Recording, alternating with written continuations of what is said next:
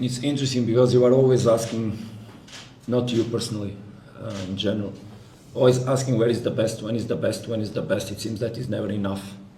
It's very interesting to take a look on that. I don't see people charging no one else such a way. It's because we win 5 is not enough because the guys are weak. It's it's never enough. It's never enough. It seems that there's really a high standard towards us. But it's good. It means that people believe in what we do.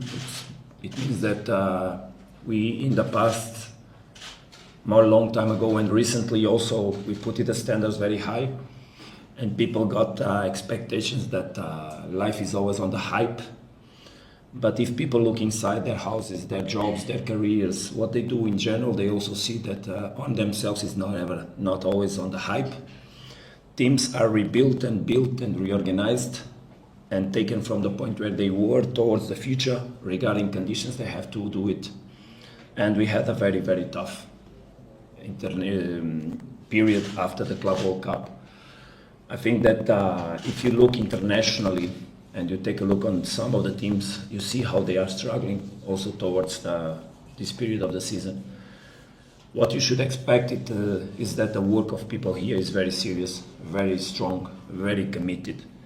And that's the way how we see the development of this team. But I expect the team to grow in medium term, not exactly automatically after 2 or 3 days. As you understood, we just had the players that entered the team that immediately will be out. For example, Miguel will not be able to play 2 matches in a row in the championship. Tebo, who was put strangely out of this match with Pirates, for example, with a red card, 4th yellow card on the last minute of the match, was quite surprising to see that happen. So the team will always be reorganizing itself.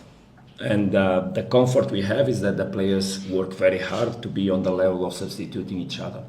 We just heard from Grant what he stated here, and I totally support.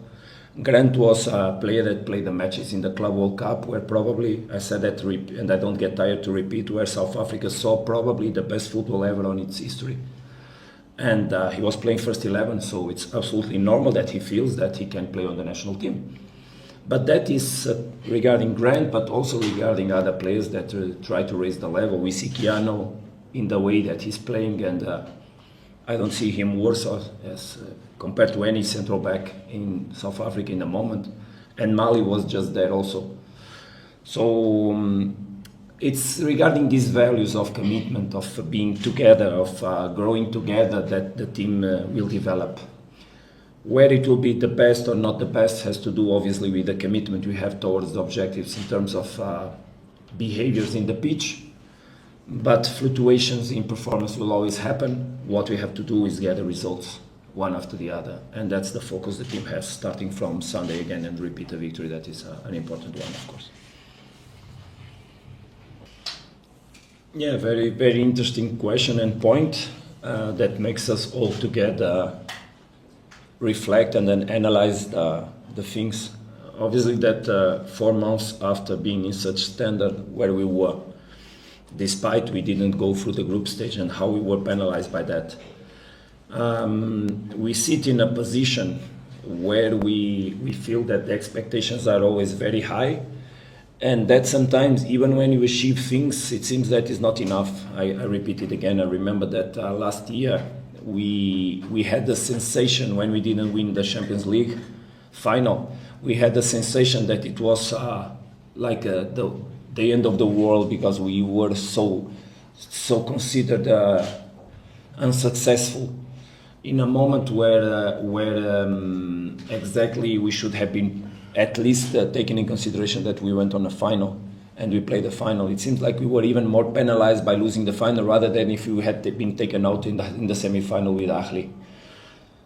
But that is the dimension of Mamelodi Sundowns, and we need to be on the level of that dimension. We know that the expectations regarding ourselves and our job are very high, and our commitment in terms of motivation, on trying to deliver quality work to the players so that they get the stimulus that also raise their level as football players and as a team can be obviously the highest possible. But the experience from the World Cup, and going directly on your question, the spirit of the World Cup should be put it on everyday life as a standard. And that's a standard that should be put it inside the club, toward and every department, and also on ourselves as coaches and players. And we take it all together with that responsibility. We want to be again on the next Club World Cup. We want to be again disputing finals of continent competitions. And for that, we need to respect every and each opponent very strongly. Yesterday, I was collecting some images to show to the players tomorrow in order to discuss the game we played and how we did it and why we had the possibility to score such goals and to have that performance. And one of the things that was so beautiful to see is that after, and I invite you to go back and take a look on those images, after every goal scored, the ball was put on the center, was started to be played by Remo Stars, and our players ran so much immediately to press the ball. So that's that happiness and commitment that Grant stated that we need to bring. And that comes from experiences that we lived, from the fact that we were in highest points. It's interesting because as we understand from your question, you also take it as a failure last year because you compare the situation of this. Now let me finish. You said that the year before you stayed on the semi-final and this last season as well. That's were your words. What I mean is there's a conception that a team that reaches a final of a Champions League and is not able to win it fails. And myself, I have another perspective. We succeeded to go to the final, but we didn't reach ultimately the best desire that we had, that was to win. And that's why we probably deal with emotions that we don't get over. It's because everybody had so much expectations, and I understand, and it starts from ourselves. But we should never allow that to make us smaller than we really are, and not praise the fact that we also put out on the semi-final and on the fourth of the finals the two first classifieds on the first and second position of the CAF ranking, and that's how I sometimes see the things. We have that. Sometimes you look at the empty side of the bottle. Sometimes you look the full side of the bottle, and I always like to look at both so that I don't lose the ambition for the future. What we want to feel it completely. But I also don't look only the empty part. I don't think No, myself, how I see the things. And by looking both sides allows me to really state myself towards the ambitions that we have. Because if I look just one part, I will be not ambitious enough to continue fighting for the ultimate challenge. And if I just look to what we have to, or if I put myself under emotions that are too negative, I also will not get the right positioning as a coach to keep giving energy to my players towards the objectives that we have ahead. And I always try to give to myself the best comfort possible so that I don't lose any kind of focus on my job. And I'm the first one to create the dynamic of growth and demand on the players and on the team so that we can be stronger. Regarding your question, that is absolutely beautiful question and point regarding how to keep players that were already on Bafana that now are not, how to deal with them. And this brings me to the first talk I had with the team when we gathered all the group after the players came from the international matches.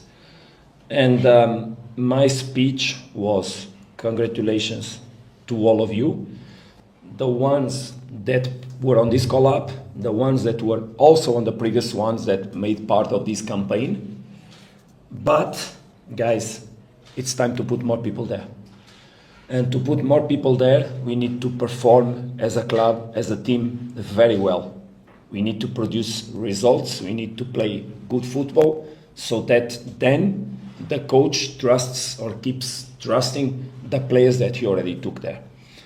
Obviously that in a club like us, that has so many demands regarding all the competitions and the level of football we need to play, we need to have a group that has more than one player in the highest level for each position. And it's so difficult for us when you have Aubrey Modiva playing first 11, how you can then put at the same level Fawaz, that is competing for the same positioning in the national team. It will be always tricky for that. It will be always tricky. But should any of them give up on the fight for the position? No, they have to fight between themselves. And how we do that?